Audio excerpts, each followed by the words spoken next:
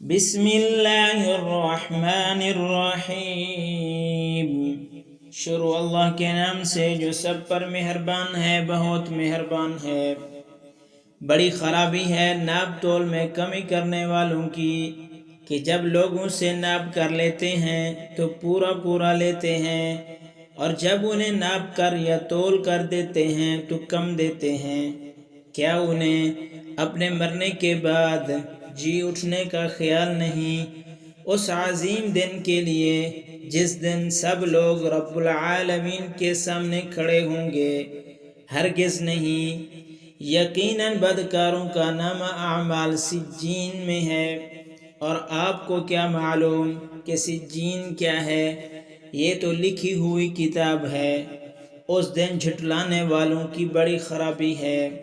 جو جزا و سزا کے دن کو جھٹلاتے رہے، اسے صرف وہی جھٹلاتا ہے جو حد سے نکل جانے والا اور گنہگار ہوتا ہے۔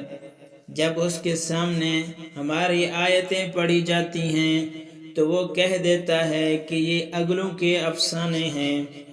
یوں نہیں، بلکہ ان کے دلوں پر ان کے اعمال کی وجہ سے زنگ چڑھ گیا ہے۔ ہرگز نہیں، یقیناً یہ لوگ اپنے رب سے اس دن حجاب میں ہوں گے، پھر یہ لوگ یقیناً جہنم میں جھونکے جائیں گے۔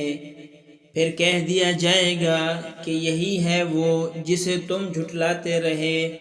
ہرگز نہیں، بے شک نیک لوگوں کا نامہ اعمال علیین میں ہے۔ اور آپ کیا سمجھتے ہو کہ علیین کیا ہے؟ وہ تو لکھی ہوئی کتاب ہے، مقرب فرشتے اس کا مشاہدہ کرتے ہیں۔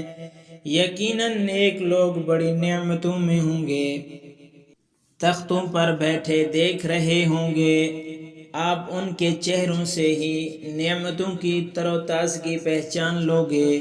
انہیں پلائی جائے گی خالص شراب، جس پر مہر لگی ہوگی، جس پر مشک کی مہر ہوگی، اور سبقت لے جانے والوں کو اسی میں سبقت کرنی چاہیے۔ اور اس شراب میں تسنیم چشمے کا پانی ملا ہوا ہوگا، یعنی وہ چشمہ جس کا پانی مقرب لوگ پئیں گے۔ گنہگار لوگ ایمانداروں کی ہنسی اڑایا کرتے تھے، اور ان کے پاس سے گزرتے ہوئے آنکھ کے اشارے کرتے تھے، اور جب اپنے گھر والوں کی طرف لوٹتے تو دل لگیاں کرتے تھے، اور جب انہیں دیکھتے تو کہتے یقیناً یہ لوگ گمراہ ہیں، حالانکہ وہ ان پر محافظ بنا کر نہیں بھیجے گئے۔